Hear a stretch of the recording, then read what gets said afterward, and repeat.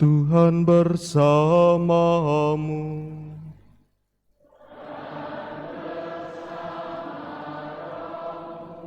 Inilah Injil suci menurut Yohanes.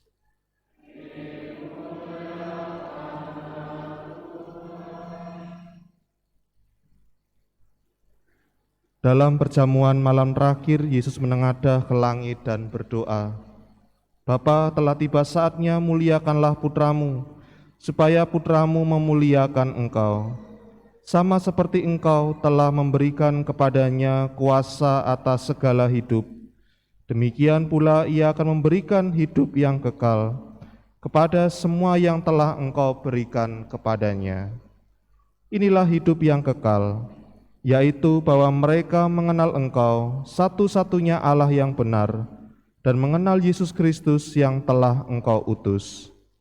Aku telah memuliakan engkau di bumi dengan menyelesaikan pekerjaan yang kau berikan kepadaku untuk aku lakukan. Sekarang ya Bapa, muliakanlah aku di hadirat-Mu sendiri, dengan kemuliaan yang aku miliki di hadirat-Mu sebelum dunia ada. Aku telah menyatakan nama-Mu kepada semua orang yang kau berikan kepadaku dari dunia. Mereka itu milik-Mu, dan engkau telah memberikan mereka kepadaku, dan mereka telah menuruti firman-Mu. Sekarang mereka tahu bahwa semua yang kau berikan kepadaku itu berasal dari engkau. Sebab segala firman yang engkau sampaikan kepadaku, telah aku sampaikan kepada mereka, dan mereka telah menerimanya. Mereka tahu benar-benar bahwa aku datang dari engkau, dan mereka percaya bahwa engkaulah yang telah mengutus aku.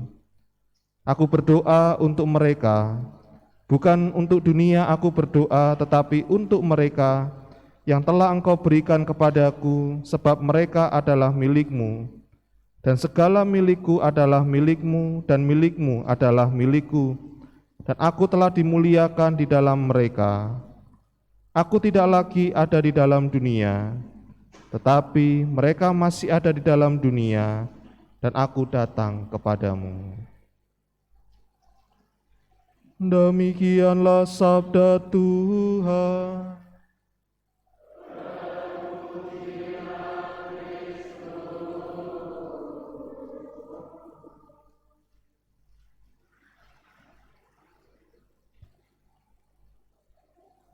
Saudari-saudara yang terkasih, dalam pembicaraan sehari-hari mungkin dengan sesama umat, seringkali kita mengatakan, tolong ya, doakan saya.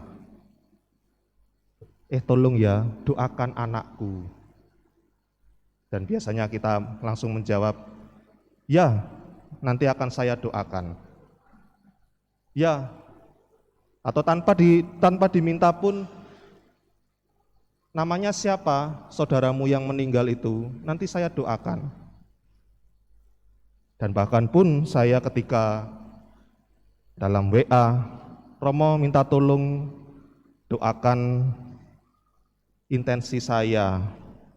Baik, saya doakan, tapi saya minta satu syarat. Syaratnya apa, Romo? Saya akan doakan intensi doamu pada misa pukul ini, tapi saya minta kamu juga untuk berdoa di jam itu. Loh, kenapa harus saya juga berdoa? Saya jawab dengan ringan, lah itu kan intensimu, gitu kan. Kalau Anda mempunyai intensi, maka Anda juga harus berdoa. Saya juga berdoa, Anda juga berdoa, agar apa yang menjadi niatan atau permohonan Anda sungguh-sungguh didengarkan oleh Tuhan. Saudari-saudara yang terkasih, berbicara soal doa, maka Injil hari ini kita melihat bagaimana Tuhan Yesus juga menengadah ke langit dan berdoa kepada Bapanya. Dan kalau kita melihat doa yang dilakukan oleh Tuhan Yesus, paling tidak ada dua hal doa yang diungkapkan oleh Tuhan Yesus.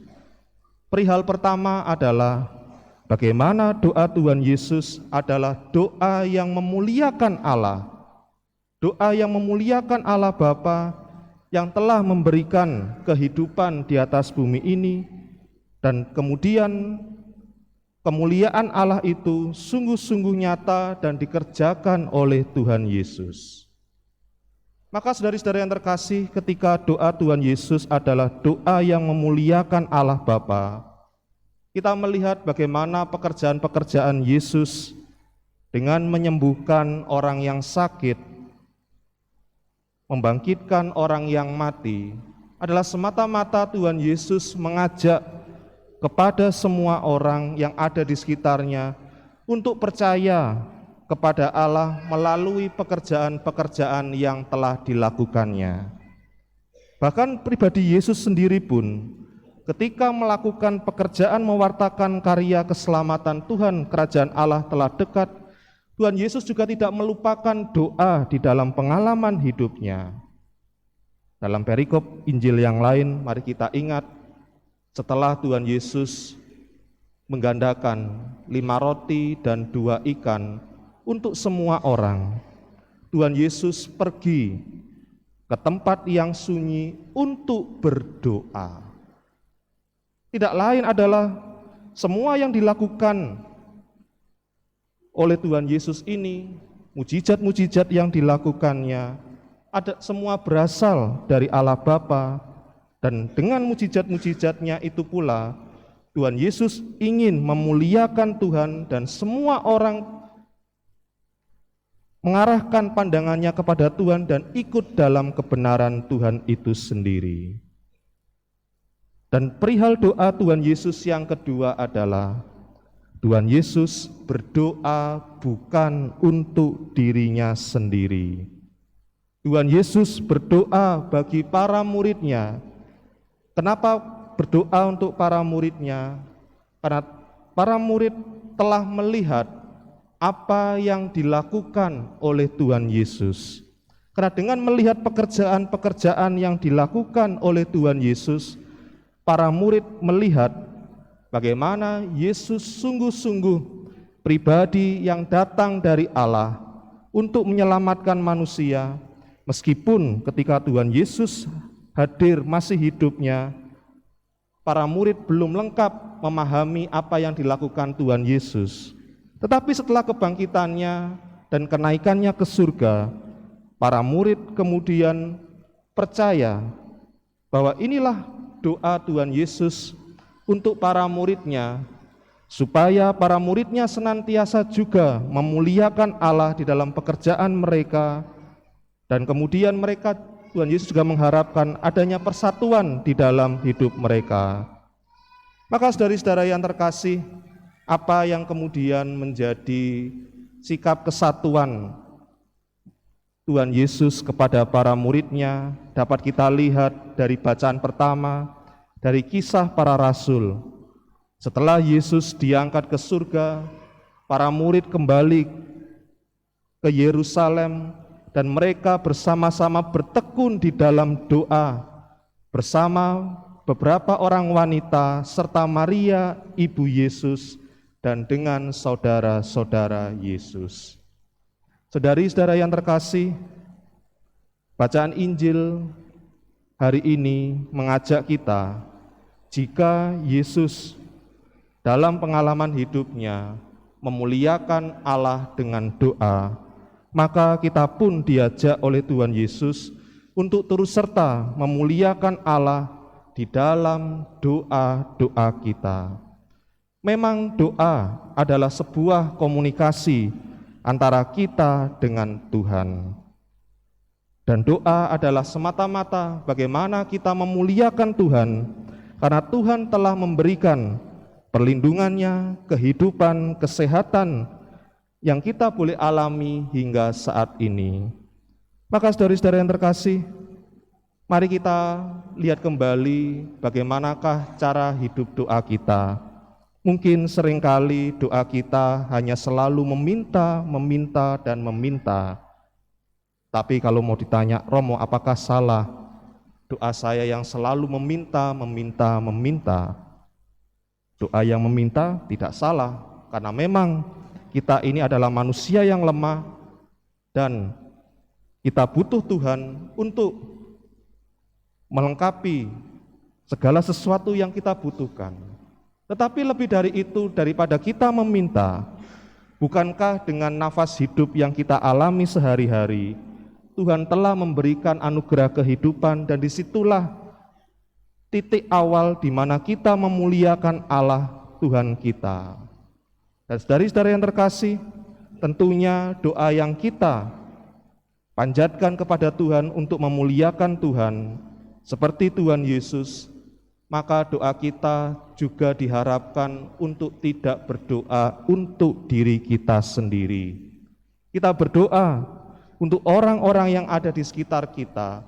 Kita berdoa untuk orang-orang yang kita cintai.